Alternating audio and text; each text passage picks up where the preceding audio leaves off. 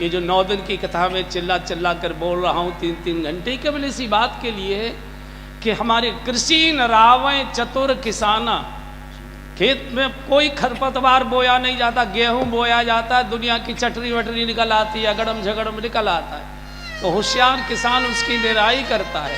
ये जो सत्संग है, ये जो कथाएं हैं, ये जो तीर्थ यात्राएं हैं, ये इसकी नराई है। अपने अंदर जो झाड़ झंकार निकल आए हैं। तो बंधु, गलती हो गई अहिल्या से, लेकिन उसने छुपाया नहीं, पति को बता दिया मुझसे तो जो पाप होना था वो हो गया। इंद्र के साथ उसका संयोग हो गया था। एक बार इंद्र आए थे और बुद्धि बहका देती है, ये जानती थी कि इंद्र है ये, फिर भी बुद्धि ने समझा दिया कोई बात नहीं, इतने बड़े व्यक्ति से संबंध आएगा, आगे काम आते हैं, बहुत सारी यूनिवर्सिटी चला रहे हो, बहुत सारे LOC लेने होते हैं, ये है वो है, अटरम सटरम, बड़े व्यक्ति से संबंध बनाने में कोई बात। बुद्धि ने समझा दिया और कह दिया कोई बात नहीं, दान कर देना, पुण्य कर देना, कथा करवा लेना, गंगा नहाया लेना, व्रत कर लेना, लेकिन ये तो फायदा हो जाए। बुद्धि शत्रु पाए, बुद्धि हमेशा गड्ढे की ओर ले जाती है और आत्मा हमेशा शिखर की ओर ले जाती है। दोनों की यात्रा की दिशाएं अलग अलग है। ये जानती थी इंद्र है, लेकिन बुद्धि को समझा दिया कोई बात नहीं, गंगा नहा लेना, यज्ञ कर लेना, व्रत कर लेना, प्रायश्चित कर लेना, और वो घटना हो गई। लेकिन सब होने के बाद भी अहिल्या को उद्धार करने के लिए भगवान स्वयं चलकर इसके द्वार पर आए हैं। क्यों? क्योंकि इसने एक तो अपने पाप को छुपाया नहीं। पतिदेव आए, सीधा सीधा कह दिया कि ऐसी ऐसी घटना मेरे से हो गई, अब चाहे रखो मत रखो, मारो पीटो शाप दो, निकालो, आप जाओ। और पत्थर होने का शाप दे दिया, तेरी बुद्धि पर पत्थर पड़ गए थे, तू पत्थर हो जा।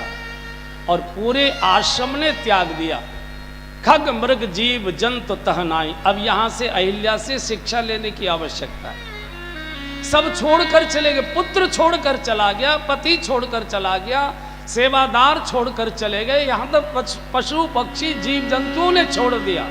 खग मृग जीव जंतु तहनाई द्वार पर पड़ी है, छुप कर नहीं गई, प्रदेश नहीं बदला, चेहरा नहीं बदला, रूप नहीं बदला। जिसको गाली देनी है गाली दो, जिसको ठोकर मारनी है ठोकर मारो, जिसको अपशब्द बोलने बोलो, मुझसे तो जो होना था वो हो गया, स्वीकार कर ली। और बंधुओं, ये नियम है, पाप को जितना छुपाया जाता है पाप उतना भारी होता जाता है, और पुण्य को जितना छापा जाता है, गाया जाता है, पुण्य उतना क्षीण होते जाता है। और हमारा यही स्वभाव हो गया। 10 रुपये कहीं दान करके आएंगे, 200 जगह गाएंगे, कहीं किसी को कुछ पुण्य का कार्य कर आएंगे, 10 जगह गाएंगे, और बड़े से बड़ा पाप करके आएंगे, घर वालों से भी छुपा लेंगे, दुनिया से छुपा। और जो चीज़ हम छुपा के रखते हैं, अंत समय तक वही हमारे पास रहती है। बंधुओं, पुण्य तो गा दिया, मैंने मंदिर बनवाया, मैंने शिखर चढ़वाया, मैंने कलश चढ़वाए, मैंने ये किया, मैंने ये किया, वो तो हो गया, वो तो करेंट अकाउंट है, तुरंत पेमेंट हो गया। आपने ये चढ़वाया, लोगों ने पत्थर पर नाम लिख दिया, करेंट अकाउंट बराबर बराबर हो गया।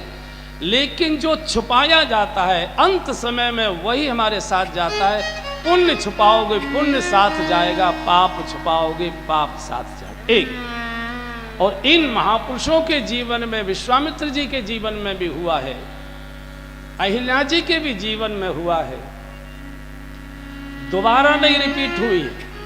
हमारे जीवन में मौसम की तरह चीजें बदलती है, जो कल किया था वही आज कर रहे हैं, वही कल करेंगे, जो कल किया था वही आज कर रहे हैं, वही कल करेंगे। इसलिए हम पाप से बुराई से मुक्त नहीं हो पाते। गुरुदेव कह रहे हैं राघव इसका उद्धार करो। नहीं गुरुदेव, ये ऋषि पत्नी है, मैं क्षत्रिय हूं, ऋषि पत्नी को मैं पैर से नहीं स्पर्श कर सकता। बोले भगवान ने कहा आप इतनी जिद क्यों कर रहे हैं? बोले मैं जाने नहीं दूंगा। कृपा करो रघुवीर, गुरु खड़ा है, नहीं जाने दूंगा, कृपा करो। भगवान की मूर्ति कृपा की मूर्ति है, वो करुणा ही जानते, कोप क्रोध उनको आता ही नहीं है। काकभूषण जी गरुड़ जी को कहते हैं, अस स्वभाव कहूँ सुनहु न देखूं, कहूँ खगेश रघुपति समले कहूँ। मैं तीनों लोकों में, समस्त ब्रह्मांडों में गया आया हूँ, सब लोकों के मैंने दर्शन किए। राघव जैसा सरल स्वभाव का कोई दूसरा देवता मैंने देखा न सुना। अस स्वभाव कहूँ सुनहु, बैरियु राम बड़ाई करही, बोलन मिलन विनय मन हरई। दुश्मन भी जिनकी प्रशंसा करते, बैरियु राम बड़ाई करही, बोलन मिलन विनय मन। रावण ने भी राम के स्वभाव की प्रशंसा की। जिस समय मेघनाथ का वध हो गया, लाश रामादल में बानरों के कब्जे में थी, सुलोचना ने राजसभा में जाकर कहा, पिताजी मुझे सती होना है, मेरी प्रतिज्ञा है कि मैं पति के साथ सती होंगी, मेरे पति की लाश मंगवाइए। तो रावण ने कहा कि देवी वहां कोई नहीं जा सकता। फिर मेरी प्रतिज्ञा कैसे पूरी होगी? बोले तुमको जाना पड़ेगा। सुलोचना ने कहा कि पिताजी आप क्या बोलते, मैं आपके सबसे बड़े पुत्र की पत्नी हूं और वो मेरे पति उनके सबसे बड़े दुश्मन हैं, और आप दुश्मन के शिविर में मुझे भेजना चाह रहे हो। आप जानते नहीं हो मेरे साथ क्या व्यवहार होगा, दुश्मन मेरे साथ क्या व्यवहार कर सकता है। रावण रो गया। रावण कभी रोता नहीं था। रावण का अर्थ है ये जो सबको रुलाए वो रावण है। आज भरी सभा में रावण रो गया।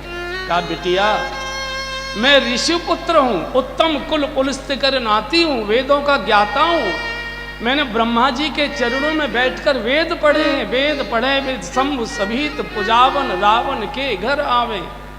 लेकिन मैं आचरण और व्यवहार से राक्षस हूं। राम भले ही क्षत्रिय हैं लेकिन वो ऋषियों के भी ऋषि हैं। जाओ तुम्हारा बहुत सम्मान करेंगे, तुम्हारे साथ कोई दुर्व्यवहार नहीं होगा। भगवान के आचरण की प्रशंसा रावण भी करता। बैरियु राम बड़ाई करही, बोलन मिलन विनय मन।